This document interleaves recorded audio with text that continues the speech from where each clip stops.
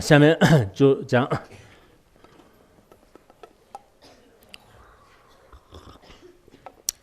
第二个问题啊，就课盘里面第二个问题讲完了。第三个啊，就第三是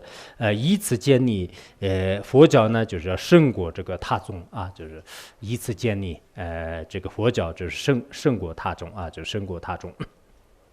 初次教以于无过本师昧名，未成立外道徒中外道徒秩序啊，就秩序者，犹如狐狸从事者。那么上面就是已经讲了，就是我们这个懂得缘起的这些人呢，就是应该是通达这个这个佛教的这个教理。这种缘起的教理的话呢，那么佛教的这个进化啊，就是除此之外啊，就是其他的这个世界上呢，就是各种各样的这个宗教，各种各样的这些这个派别啊，就不同的这门派啊，那么他们呢就是没有真正是通到一个这个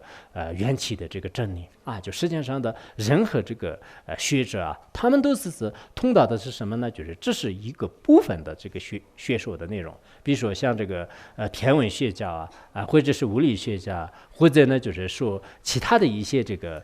知识就是科学家的话呢，他们只是在短暂的这个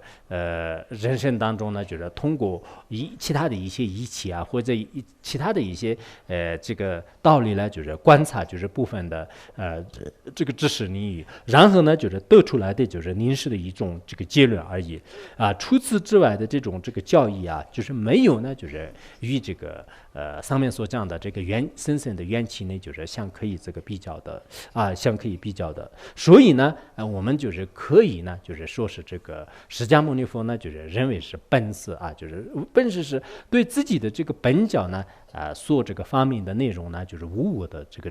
开始给这个有缘众生，而有缘的众生呢，也是得到了真实的这个光明之道，就是这样的这种师傅呢，就是叫这个本师。那么这样的本师的这个美名呢，就是唯一呢，就是佛陀尼啊，就是可以这个称得上啊，其他的一些这个外道的话呢，就是也有本师这名称啊，比如说我们以前在印度的时候呢，就是与释迦牟尼佛进行辩论的，就是有这个6个啊，就是外道这个本师啊，还有呢就是以前那个苏伦外道、僧伦外道、孙氏外道的话呢，他们都有各自不同的一些那个本事，他们自己的教主、自己的这个所谓的这个就是大师啊，这道士啊，就是都应该是有的。那么他们的这种道士呢，实际上是完全是一种这个虚词啊，完全是一种这个虚名啊，就这种这个实践的一种这个虚名的话呢，就是其实呢就是真正的就不能称得上这个本事。为什么呢？因为他们有些呢就是就根本不懂缘起的道理，就是把万法呢就是看成为是常有的；有一些呢就是把万法呢就是看成为是这个单空的；有一些呢就是这个包括就是自己的前世后世啊，就是所有的这些本来就是该有的东西呢，就回本为是说是个没有的。所以呢，他们就像是我们这个狐狸啊，就是冒充为这个狮子，或者是狐狸呢，就是称之为是狮子一样的啊。实践当中，人们在这个辞藻学里面呢，就是经常有这种现象啊。本来这个狮子的话呢，就是在这个耶稣当中啊，蒙俗当中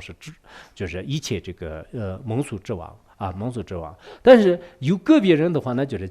家里面的这个这个小哥啊，小哥的话呢，就是他也说是家世，就是家里的狮子，就是也有这样的。还有些人的话呢，就是他那个就是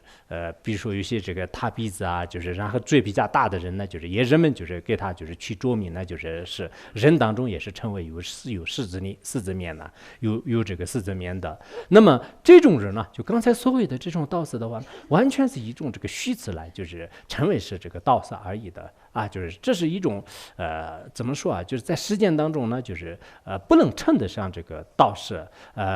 外道虚妄所揭示世俗论，就是入楞切经里面讲的吧，就是外道呢就是这个以虚妄的这种方式来就是说啊，就是全部都是世间论。你看他们外道就是所成立的所有的这些观点的话呢，就是其实经得起的观察的是没有的。我们这个宗派报僧论啊，还有那个中观庄严论释还有呢就是其他的一些，包括澄清宝珠论当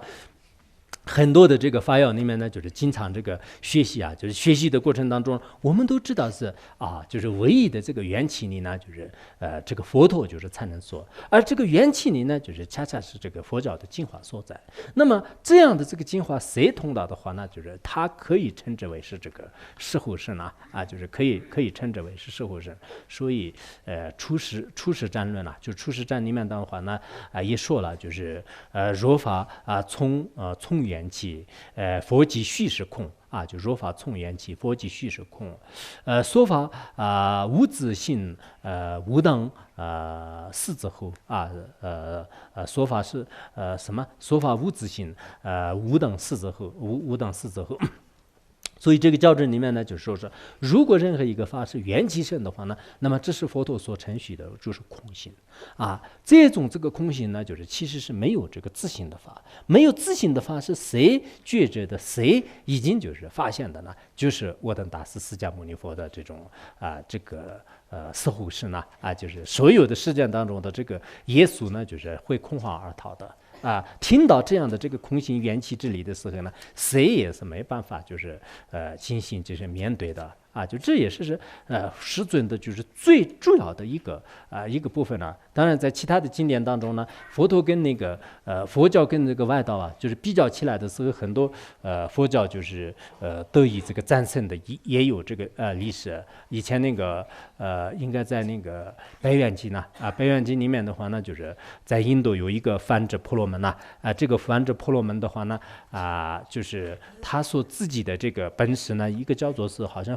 富兰达吧，就是富兰达呢，就是认为是他的这个本事就是他呢一切这个宣说世间真理者就是宣说世间真理者。然后当时那个佛教的有一个婆罗门呢，就是他认为是佛陀是这个世间当中唯一的宣说真理者。然后他们两个呢，就是进行辩论，以后呢，就是就谁都不服谁。后来呢，就是他就告到那个当时波斯匿王这个王就是持政的时候，就是告到波斯匿王。然后波斯匿王呢，就是说呢，实在不行的话呢，再过7天以后，所有的这个众人当中呢，你们就可以公开辩论。而且公开辩论的时候呢，你们也应该以那个自己的这种这个仪轨和自己的